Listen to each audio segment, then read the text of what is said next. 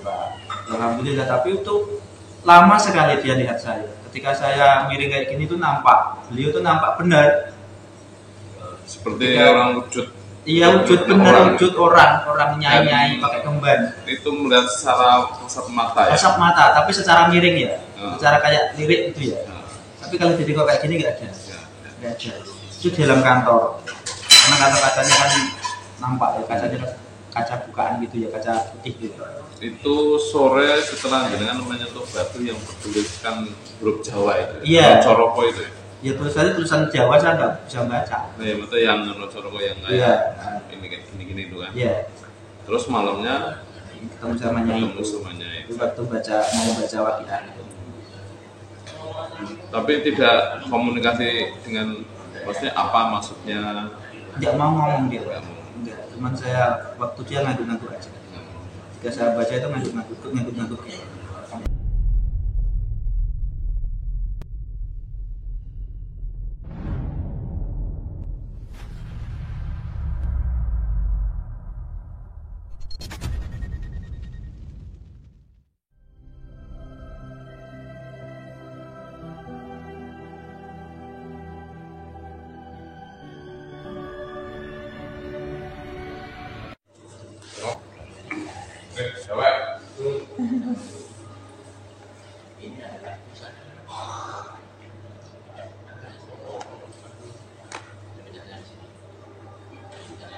Ini sejarah itu tidak dengan masalah kembarannya. Orang sudah hampir berapa tahun berdatang dari 12 tahun 2012 sampai sekarang. Dapat aja kemarin masih gak kasih Pak. 4 sama Bapak ini. 4 sisa musuh. Malamnya Gus Alvin sama Mas Tikno pas aku DWN di sini tuh. Datang dia langsung jongkok di depanku tuh, buka rokoknya langsung dikeluarin jatuh sep Mas ya. Sama dikirnya Yai.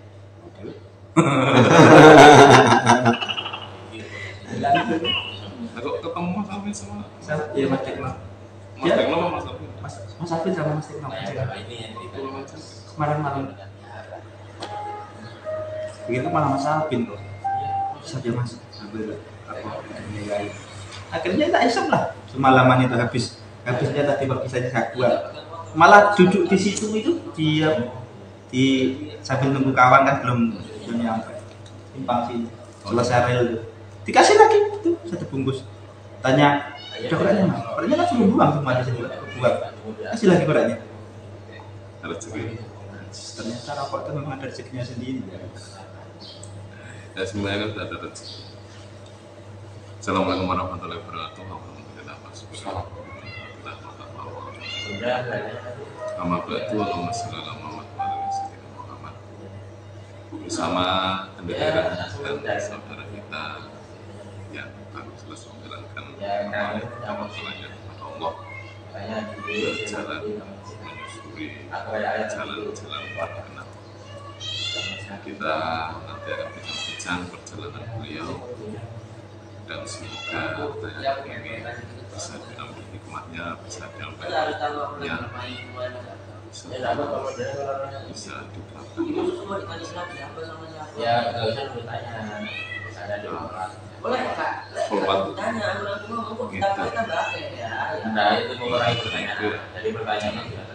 Masyarakat umum, kalau apapun arah dan tujuan yang menjalankan kehidupan tanpa apapun untuk menguji ketawakalan kita kepada Allah, yang biasanya kita hanya menyampaikan di mulut saja, maka di sini dipraktekkan langsung, jalan-jalan ke tempat-tempat yang tidak kita kenali, tempat-tempat yang tidak kita pahami. Apakah kita masih mampu bertahan dengan situasi dan kondisi di lapangan, dengan menahan lapar, dengan menahan jajan, dengan banyak diuji dari segala penjuru yang secara nyata bisa. Langsung saja kita perkenalkan saudara kita. Silakan Mas, namanya siapa, dari mana? Assalamualaikum warahmatullahi wabarakatuh. Waalaikumsalam. Saya rantau dari Jambi. Kalau asal saya dari Kabupaten Grobogan. Lahir saya merantau tahun 2005 di Provinsi Jambi, pada di Kabupaten Tebo untuk kecamatannya di Bujang. Saya tempati sekarang. Ya, alhamdulillah saya diizinkan untuk menjalankan khulwat qadariyah 31 hari. Alhamdulillah selesai hari ini, dan ternyata memang luar biasa yang saya dapatkan dari apa yang saya jalankan selama 21 hari. Kemarin sendiri apa? Ya sebetulnya ada pasangannya, cuma pasangannya itu tertinggal waktu di Bundaran.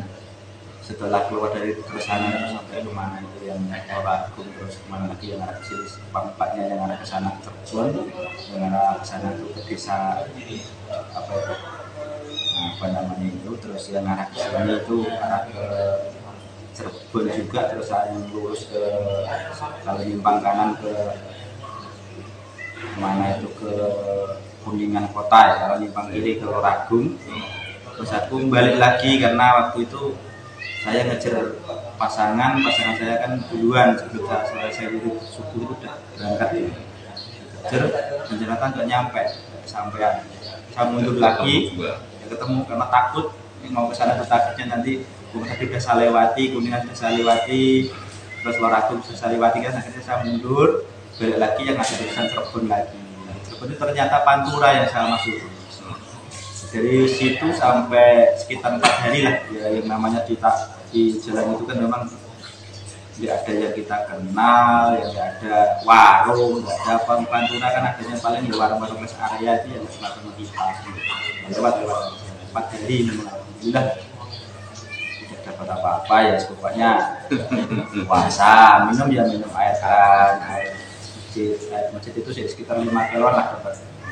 Kalau masih coba minum, kalau udah habis ya udah puasa lagi.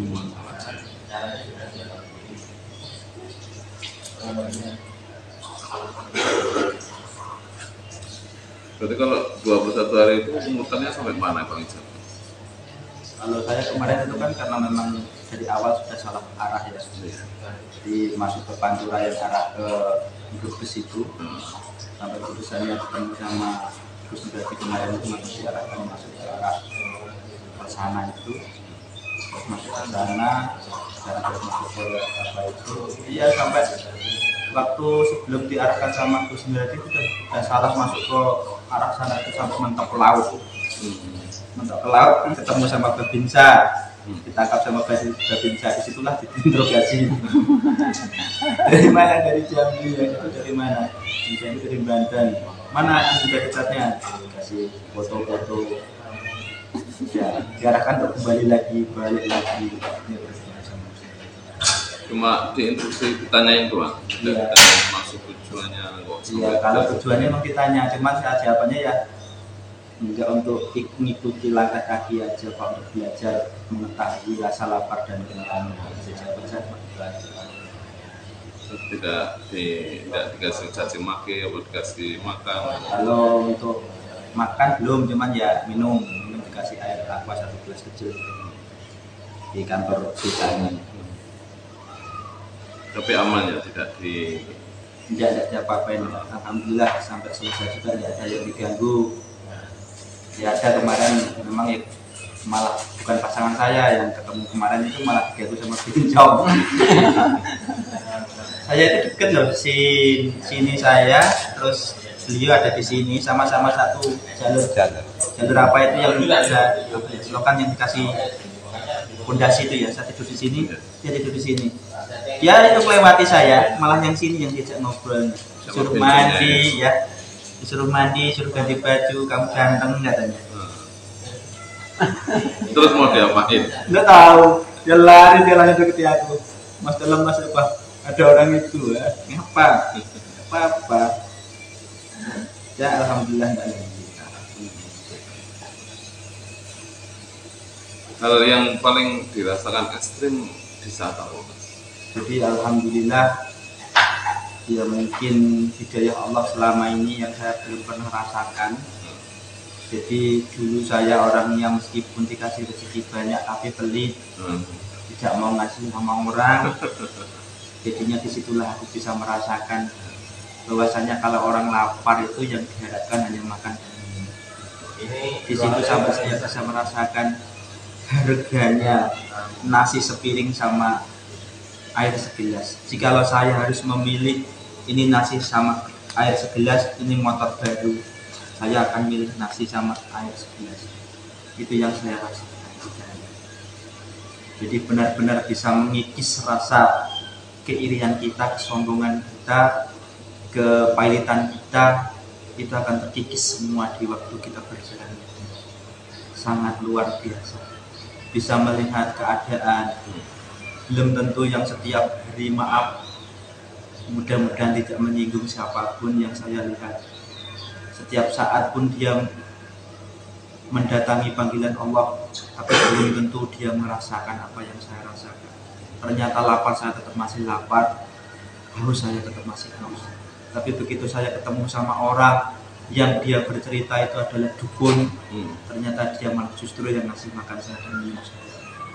Itu yang sangat luar biasa yang saya dapatkan. Jadi banyak sekali di situ pelajaran-pelajaran yang sebetulnya belum pernah saya dapatkan selama hidup saya. Karena dulu waktu kehidupan saya dari agak pelit ya. Iya, terus terang saya memang orangnya pelit karena mungkin merasa mencari itu payah. Setelah ada mungkin itu hak saya. Disitulah saya terpanggil sampai saya berpikir kalau saya besok mungkin diizinkan oleh Allah, setiap saya berjalan saya ingin membawa sesuatu. Ketika ketemu orang yang membutuhkan, saya ingin mengasihnya. Di situ luar biasa pelajaran yang saya dapatkan. Belum sama sekali guru-guru yang pernah mengajarkan alam inilah justru yang memberikan jalan untuk belajar. Sangat luar biasa. Jadi proses perjalanan itu memang kalau kita sampai setiap harinya, setiap saatnya itu penuh dengan iya, pelajarannya banyak sekali. Sampai kita dengan rumput, sampai kita dengan orang, itu kita bisa bercanda dengan lalat, kecuali dengan nyamuk. Memang masih saya takut karena sakit giginya. Berarti belum kondusif di urusan nyamuk. Iya, kalau nyamuk memang masih, dia masih gigit masalahnya. Kalau semut kan kadang merambat, nggak mau gigit ya coba saya ambil, saya lepas lagi, nggak apa-apa. Kalau semut nyamuk ini gigitnya sakit, jadi masih belum juga bisa hilang rasa dendamnya sama nyamuk.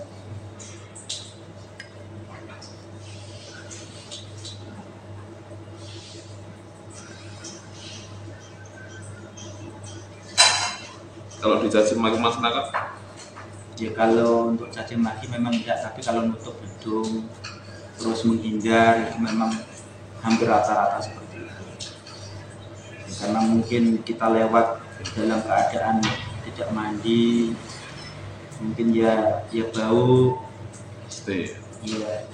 Tapi ada juga kemarin waktu saya sudah 2 hari tidak dapat makan di sini di Citraland Cirebon. Ada ibu-ibu bawa sepeda motor manggil saya, Pak sini, ini ada uang untuk beli sarapan. Waduh, kok saya suruh beli sarapan? Kalau dia diam ngasihnya uang mungkin saya terima, karena posisi dia ngasihnya itu untuk suruh beli sarapan. Kalau tidak saya belikan, ya saya nggak amanah. Ketika saya belikan, saya tidak diperbolehkan untuk beli. Akhirnya otomatis saya dengan cara saya ya saya minta maaf Bu, saya tidak diperbolehkan untuk menerima uang. Yang bisa diterima saya itu hanya makanan dan minuman. Akhirnya si ibu itu bingung, gimana ya Pak, saya nggak punya makanan sama minuman. Ya nggak apa-apa Bu, mungkin belum rezeki saya. Dan ternyata ketika beliau itu membuka jok, ada susu rose beer brand itu 1 kaleng sama kacang entah apa kacang itu. Jadi makan beliau, tapi dia mengatakan ini ada sisa ibu, mau enggak Pak? Ya enggak apa Bu, yang penting ibu ikhlas nanti saya terima. Rasa berjalan saya makan itu memang belum pernah saya rasakan kacang itu. Entah kacang apa, bungkusnya warnanya kuning kayak mas-mas itu. Tapi rasanya, wih, entah kacang apa belum pernah saya rasakan. Sampai bungkusnya itu mau saya simpan, cuma saya mikir nanti kalau saya nyimpan bungkus ini jadi saya bawa bekal, bisa buang lagi. Jadi itulah kesannya waktu itu memang ya alhamdulillah, mungkin itu untuk ngetuk hati kita, untuk kita menjadi menyadari bahwa diri kita itu tidak ada apa-apa, tidak punya apa-apa. Kita punya apapun yang ada di rumah, entah itu apa, ketika kita disuruh berjalan oleh Yai, itu tidak punya apa-apa dan tidak bisa dipakai apa-apa yang kita punya.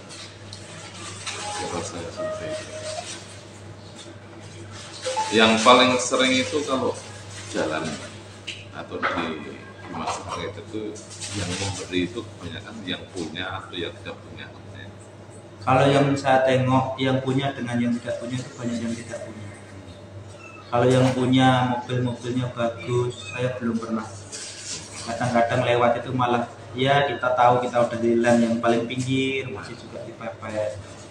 Cuma saya kadang-kadang ngambil dada aja, saya ambil, saya masih kayak gini, saya ambil sebuah. Karena saya merasa masih, oh ya Allah, saya masih merasa diri, saya masih merasa sombong, saya ambil sebuah. Jadi termasuk salah satu cara menghilangkan penyakit hati yang paling merasa itu biasanya. Iya, betul. Terus selama perjalanan pernah nggak dapat gangguan dari hal-hal goib? Ada. Jadi masuk saya di sebelum Loragung itu desanya desa apa ya? Sebelah kanan itu ada masjid, depannya ada batu besar. Batu besar terus ada tulisan Jawa. Situ tuh saya nggak tahu, disuruhnya megang tangan saya dua kayak gini. Yang nyuruh megang siapa? Ini di dalam. Oh gitu. Pegang batu itu, ada sahabat pegang. Saya salam lah ya, salam saya secara saya pribadi, saya nggak paham, pokoknya ikuti aja akhirnya. Itu selesai itu udah kayak ada rasa setrum, tapi setrum apa nggak tahu. Merasakan iya, masuk dalam tangan itu ada setrum, tapi setrum apa nggak tahu. Saya rasakan di situ. Nah itu saya rasakan itu ketika saya baru datang di situ, karena tepatan waktu itu kan saya jam setengah 6 lebih sedikit lah, mau nunggu maghrib. Sore ya berarti? Iya sore. Nah itu saya maghriban di situ, terus saya datang di situ, ketemu sama bapak. Setelah saya mau wakian, ketemu sama bapak yang dari Banyuwangi, sama-sama Pak Gino sama Pak apa, tapi dia sudah malam ketemu, sudah datang itu. Nah itu malamnya saya geser, tidur di samping masjid itu ada aula. Di situ tuh ada, perasaan saya itu kalau saya madep ke sini tuh nampak ada seorang ibu-ibu tua, rambutnya putih panjang segini. Tapi kalau bertengok nggak ada. Saya kayak gini lagi, nampak lagi, itu energinya besar sekali sampai merindingnya itu udah hilang. Akhirnya saya komunikasi, Nyai, tolong diturunkan powernya sedikit, saya nggak tahan. Ketika saya baca waqiah itu, dia ikut mangguk-mangguk kayak gini. Saat itu saya mangguk-mangguk kayak gini terus. Waktu saya baca waqiah, sholawat itu 3000 itu, dia ikut mangguk-mangguk. Setelah saya selesai, saya mohon diturunkan powernya, terus kurang. Alhamdulillah, tapi itu lama sekali dia lihat saya. Ketika saya miring kayak gini tuh nampak, beliau tuh nampak benar. Seperti orang wujud. Iya, wujud benar, wujud orang nyai pakai kemban. Itu melihat secara kasat mata ya? Kasat mata, tapi secara miring ya, secara kayak lirik gitu ya. Tapi kalau jadi kok kayak gini nggak ada. Nggak ada. Itu di dalam kantor. Karena kacanya kan nampak ya, kacanya kaca bukaan gitu ya, kaca putih gitu. Itu sore setelah dengan menyentuh batu yang bertuliskan huruf Jawa itu. Iya. Coroko itu. Ya tulisan Jawa saya nggak bisa baca. Nah, ya betul yang Coroko yang kayak ini kayak gini-gini itu kan. Iya. Terus malamnya ketemu sama Nyai. Itu waktu mau baca waqiah itu. Tapi tidak komunikasi dengan, maksudnya apa maksudnya? Tidak mau ngomong dia. Enggak, cuman saya waktu dia ngantuk-ngantuk aja. Ketika saya baca itu ngantuk-ngantuk.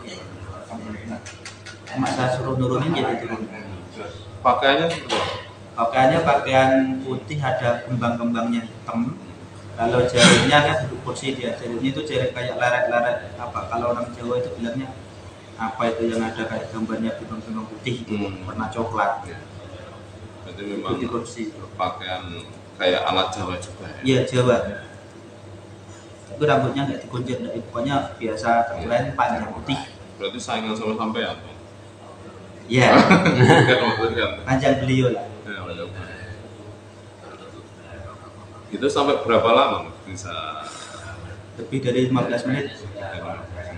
Karena lama sekali, saya sampai gak tahan rasanya energi dia ini. Makanya saya pengen dia turunkan energinya karena lama-lama saya lemes, merindingnya itu gak hilang-hilang. Berarti termasuk energi negatif atau positif nih menurut dengan? Ya kalau saya mungkin nggak bisa ngerasakan ini negatif atau positif karena merinding aja Pak. Merindingnya itu nggak hilang-hilang sampai nampak ini mentul-mentulnya itu nampak besar itu. Pori-pori yang karena saking lamanya ya. Jadi saya nggak tahan, nah, aku komunikasi cuma Nyai tolong turunkan powernya, saya nggak tahan. Itu langsung sedikit turun terus turun. Setelah dia turun senyum nggak hilang, nggak ketemu lagi. Terus hilang. Ini di daerah Loragung ya. Sebelumnya Pak masih sana. Jadi sebelum ke arah ini, arah ke Kuningannya ya sebelumnya. Iya sebelumnya. Pokoknya baru turun dari turun gunung itu. Berarti waktu itu cuma masih sudah sendiri. Saya masih pasangan. Cuma pasangan juga bersama. Kalau kami memang tidurnya nggak mau bareng, jadi meskipun satu area, nanti yang satu di sana, yang satu di sini. Memang jaga jarak terus, pemain siang pun ya kayak gitu. Nanti 100 meter dia nunggu di sana, nanti saya lewati 100 meter nungguin lagi. Saya istirahat lagi 100 meter nungguin lagi kayak gitu. Nggak pernah memang nyampur. Ya, cuma waktu pisahnya itu kemarin itu dan nyampe di bundaran sini, tempat tugu besar itu. Aku belum selesai wirid, dia sudah jalan duluan, saya kejar nggak ketemu. Mungkin Allah sudah mengizinkan harus bisa. Samping itu mungkin ujiannya kan pasangan saya dengan saya kan mungkin beda. Jadi kalau nanti disamain, takutnya ujiannya kecampur, mungkin kayak gitu mungkin Allah. Ya kadang bisa gitu. Ya. Biar merasakan bagaimana kalau kita fokus sendiri. Bagaimana waktu kita bareng-bareng, kalau bareng-bareng kan benar sama egonya. Iya. Masing-masing akan menentukan bagaimana nanti menyelesaikan benturan sama itu. Yang satu poin ke sana, yang satu di sini. Nah, itu kan namanya kan nanti akan terjadi benturannya kan. Sendiri kan bebas. Kalau saya memang selama itu saya ikuti dia terus gitu. Dari awal sini belok kiri itu saya ikut, makanya sebelum ke Pantura. Kan jaraknya belok kiri ya, saya belok kanan. Arah sana, arah mau ke beli tiket itu berbagan. Jadi lurus terus ketemu sama apa itu jalan Pantura itu. Kita sampai ke Tegal, sampai ke Bugis, sampai hampir ke Pekalongan gitu. Ini orang gila boleh merokok kemarin waktu gila. Iya. Aku kaget di merokok ini mas. Lah, Padahal dia itu- suka bagi rokok, dia rokoknya dikasih yang bagian. Nah, Baru ngerokok setelah mau waras. belajar rokok sekarang malahan. Ya, guru kita merokok, dia kita harus merokok. Dan rokok ya. Enggak diganggu sama kuntilanak. Biasanya kalau di jalan itu seringnya kan diganggu. Itulah alhamdulillah. Jadi kan sebelum saya berangkat itu ada kawan namanya Pak Arif yang sama saya. Kamu itu apa ya? Kan perempuan kan gitu ya, dulunya nakal, punya istrinya. Saya banyak istri, saya 7. Luar biasa itu ya 7. Jadi dia bilang nanti paling di jalan kamu banyak bidadari pohon. Ah, Alhamdulillah selama 21 hari saya dilindungi sama Allah. Tidak ada satu kali pun yang pernah melakukan itu. Hanya satu kali sudah sini, sudah Loragung, sudah lewat Loragung, sudah mau masuk ke Cipimbin ya. iya. Itu ada makam sebelah kanan. Perasaan saya suruh masuk, saya masuk. Sebelah kanan itu tuh ada makam kayak makam kerajaan. Jadi apa itu nisannya itu kayak nisan kerajaan lah. Jadi di situ tetap saya sholawat terus di situ sampai saya ngantuk di situ. Itu udah 2 hari nggak makan. Saya keluar baru sekitar 100 meter atau 50 meter kasih makan orang, kasih nasi bungkus 2, makan bersama-sama kawan. Pas setelah itu ketemu sama pos kampleng ya. Sebelah kanan saya tiduran itu sebelum luhur masih sekitar jam 11. Tidur itu di situ dihibur sama bidadari itu kalau enggak 5-6. Pakai kemban-kemban itu pakai selendang warna kuning. Itu mau nari-nari dari mana ya? Enggak tahu, entah apa itu namanya kalau di kerajaan itu apa namanya? Selir apa itu? Apa itu? Dayang itu dayang. Ya, Danyang lah. Mungkin apa kata terima kasihnya atau saya juga kurang paham. Tapi di situ memang saya dihibur. Lama sekali aku tidur di situ. Padahal siang-siang. Siang. Setelah jenengan Iya, masuk makam itu ya. Berarti jenengan mendoakan yang di makam itu. Saya tidak mendoakan, saya Cuma mampir aja. ya cuma sholawat aja. Karena di situ kan orang gila kok doainin orang. Ya pokoknya saya cuma sholawat aja. Itu sholawat. Iya. Ketiduran di situ sekalian, terus mimpi Iya. ketemu sama Itu sama itu danyan itu. Ya saya lihat ya kayak bidadari dong, cantik-cantik. Cantik mana sama mantan istri-istri yang dulu? Kalau istri itu secantik apapun yang namanya udah ditinggal ya tidak cantik lagi. Kalau nanti masih cantik, yang terakhir nanti bilangnya kok nggak didatangi gitu malah. Jadi yang paling cantik ya yang terakhir sekarang. Ya, menjadi istri sekarang. Iya. Cantik. Terus selama perjalanan paling lama nggak dapat makan berapa? 4 hari. 4 hari tidak dapat makan, tidak dapat minumnya minum air. Dan waktu rutin mau Iya, sholat. waktu sholat itu aja. Terus rasanya gimana ya?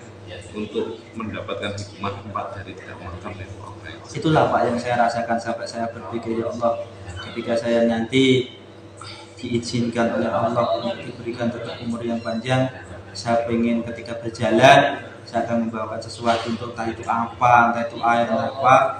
Yang penting ketika ketemu ada yang membutuhkan, yang mungkin saya lihat itu dia membutuhkan, entah itu orang gila, entah orang pemulung atau mungkin apapun, saya ingin berharap selalu diingatkan untuk bisa memberikan meskipun hanya air seteguk.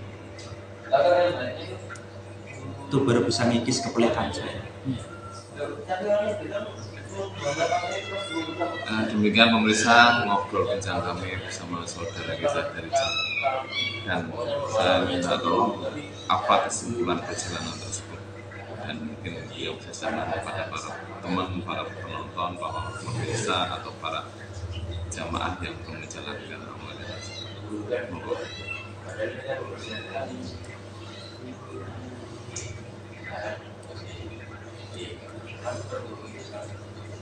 Kesimpulannya ya. Iya. Kesimpulannya di amaliyah Medan ini memang luar biasa. Saya bilik 2141 belum bisa mendapatkan apa yang saya rasakan sekarang. Tapi ternyata di Medan baru 21 saya sudah bisa merasakan bahwasanya kesombongan kita, keirian dengkian kita, kepelitan kita itu akan dikikis ketika kita berjalan, ketika kita ngedar, kita akan terkikis di situ. Karena apapun yang kita punya itu tidak akan bisa kita pakai ketika kita dijalankan. Jadi kesimpulannya itu yang saya rasa yang paling luar biasa adalah bisa menghilangkan rasa ego dari segi kita dengan pasangan kita, dengan orang lain, dengan bahkan bukan hanya dengan makhluk yang terbesar seperti kita, sampai ke semut, sampai ke lalat, sampai ke rumput, itu kita bisa merasakan sama-sama hidup, sama-sama makhluk Allah. Itulah yang bisa saya simpulkan, semoga bisa bermanfaat untuk pemirsa semuanya yang bisa merasakan betapa keindahan hidup di dunia ini penuh dengan cinta. Ya, demikianlah bincang kita bersama saudara kita yang selesai menjalankan amanah tawakalnya selama 21 hari di jalan. Dan bahwasanya setelah menjalankan itu hatinya terbuka untuk lebih dermawan pada semua makhluk, tidak hanya cuma manusia tapi juga kepada hewan, kepada lingkungan, dan berdamai kepada lingkungan sekitar. Semoga tayangan ini bermanfaat bagi teman-teman yang belum menjalankan bisa segera menjalankan, dan yang belum mampu atau yang tidak bisa, teman-teman penonton yang tidak bisa mengambil hikmah yang beliau perjalankan dan beliau ceritakan bahwasanya dunia ini bukan milik kita. Jadi semuanya adalah titipan kalau kita berharap lebih kita berikan, kita sedekahkan kepada orang lain, itulah yang akan menjadi nilai daripada milik kita untuk kemudian hari.